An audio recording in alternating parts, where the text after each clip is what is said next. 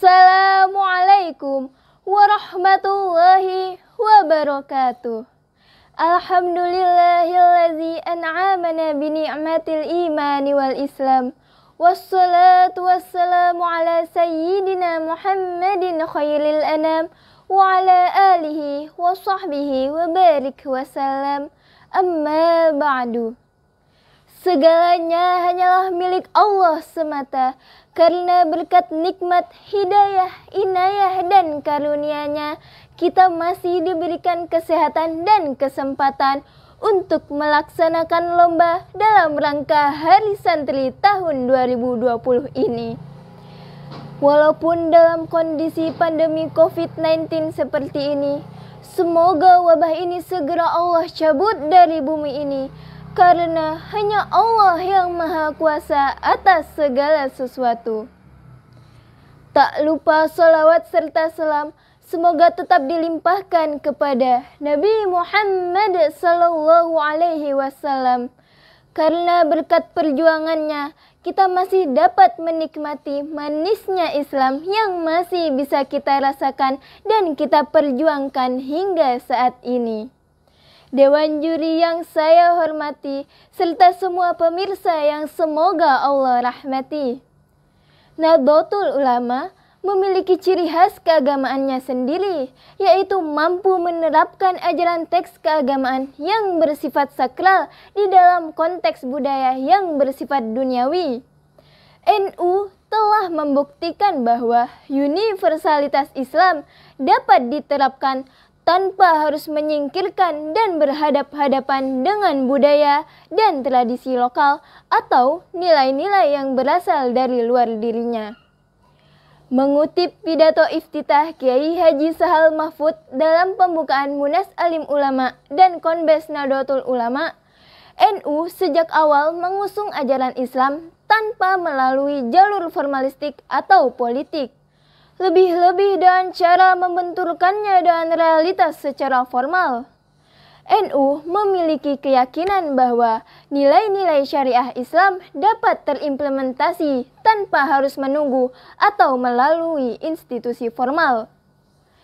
NU lebih mengidealkan nilai-nilai syariah terimplementasi di dalam masyarakat dibandingkan dengan mengidealisasikan institusi formal. Kehadiran institusi formal bukan jaminan untuk terwujudnya nilai-nilai syariah di dalam masyarakat. Ini mempertegas posisi NU bahwa tidak akan memperjuangkan syariat Islam secara formal, apalagi dengan mendesak negara menggunakan asas Islam dan perda syariat Islam. Konsep bermasyarakat dan bernegara yang digagas oleh NU merupakan sebuah konsep yang menggambarkan adanya kesepakatan untuk hidup bersama dalam satu wadah berupa negara yang diilhami oleh semangat cinta tanah air.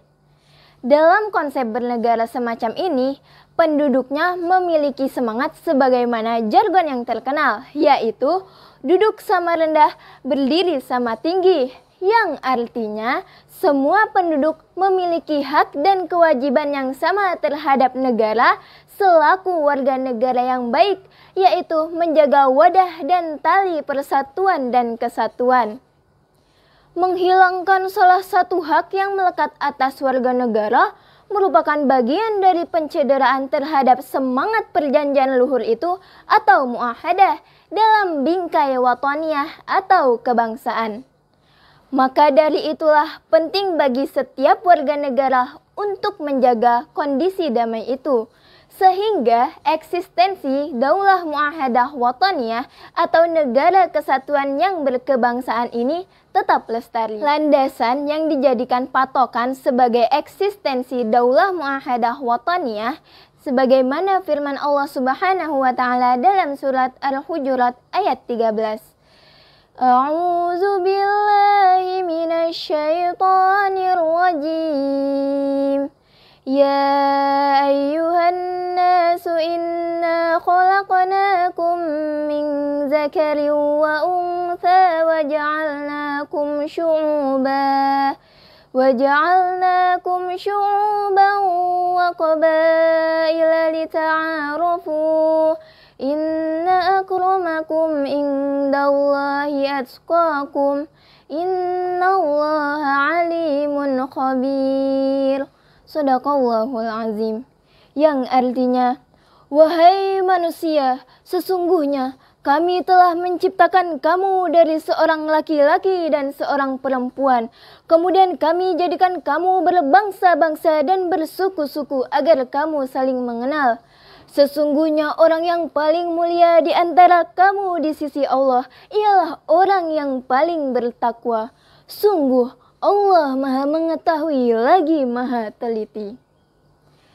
Ayat tersebut mendukung 4 semangat yang dipegang oleh NU dalam melestarikan Islam Nusantara dan juga menjadi semangat Islam dunia. 4 hal itu yang selama ini dipegang dan dilestarikan oleh Wali Songo dan para ulama.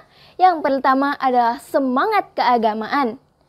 Dalam semangat beragama bukan berarti mengkonstitusikan agama menjadi dasar negara atau melegal formalkan agama. Semangat keagamaan yang sesungguhnya adalah terletak pada akhlak. Karena agama tanpa akhlak bukanlah prinsip beragama yang sesungguhnya. Semangat yang kedua yang harus dilestarikan adalah semangat nasionalisme. Menurut Hadratus Syekh Kiai Haji Hashim Asy'ari, pendiri Nahdlatul Ulama, yang berpesan kepada anaknya Kiai Wahid Hashim agar tidak mempertentangkan antara Islam dan nasionalisme. Karena menurut beliau, dua khasanah itu saling melengkapi. Islam menjadi kuat di suatu kawasan karena adanya semangat kebangsaan yang menyala di dalam dada. Dan bangsa ini menjadi kokoh karena diisi dengan nilai-nilai Islam. Dengan semangat ini, kita wajib menjaga keutuhan bangsa ini. Pemirsa dimanapun berada, semangat yang ketiga adalah semangat kebinekaan. Kebinekaan merupakan fitrah yang dimiliki oleh bangsa ini. Di atas sajadah Nusantara inilah kita belajar memahami bahwa sesungguhnya Allah bisa saja menjadikan manusia itu hanya terdiri dari satu bangsa. Namun kenyataannya Allah menghendaki keragaman bangsa untuk menegakkan prinsip li ta'arofu atau prinsip saling mengenal di antara manusia. Terakhir, semangat yang harus dijaga adalah semangat kemanusiaan. Dengan semangat ini, dunia tanpa peperangan dan tanpa senjata pemusnah massal bukan hanya akan menjadi angan-angan belaka. Karena ketika terjadi konflik yang dikedepankan adalah musyawarah dan diselesaikan dengan jalan perundingan, bukan dengan senjata atau pentungan. Itulah semangat-semangat yang harus dijaga. Dengan semangat itu nantinya akan terwujud Nusantara yang damai tanpa peperangan, dengan tetap teguh menjaga prinsip Islam sebagai semangat kebangsaan yang memberikan kemerdekaan bagi warganya. Pemirsa yang semoga Allah rahmati, menutup pembahasan ini kita bisa melihat bahwa NU sebagai organisasi sosial keagamaan Jamiyah Diniyah wa Ijtimaiyah Islam terbesar di Indonesia memiliki komitmen terhadap perjuangan para ulama untuk menjaga NKRI dengan asas Pancasila seperti rekomendasi Munas Alim Ulama dan Konbes NU di Surabaya Juli 2006. Dengan ini, NU menegaskan kembali NKRI dengan asas Pancasila merupakan bentuk final dari jerih payah perjuangan umat Islam Indonesia sebagaimana diputuskan dalam Munas Alim Ulama di Situbondo 1983 dan dikukuhkan Muktamar 27 di Situbondo 1984. Bangsa ini harus berpegang teguh dan mengimplementasikan Pancasila sebagai kalimatun sawa atau kesamaan sikap dan langkah dalam penyelenggaraan negara. Pemirsa dimanapun berada, itulah yang dapat saya sampaikan pada hari yang berbahagia ini. Semoga dalam memperingati Hari Santri tahun 2020 ini, kita sebagai generasi penerus bangsa untuk tetap menjaga ukhuwah basyariah dan ukhuwah wataniyah, serta tetap menjaga keutuhan NKRI. Santri sehat, Indonesia kuat. Wassalamualaikum warahmatullahi wabarakatuh.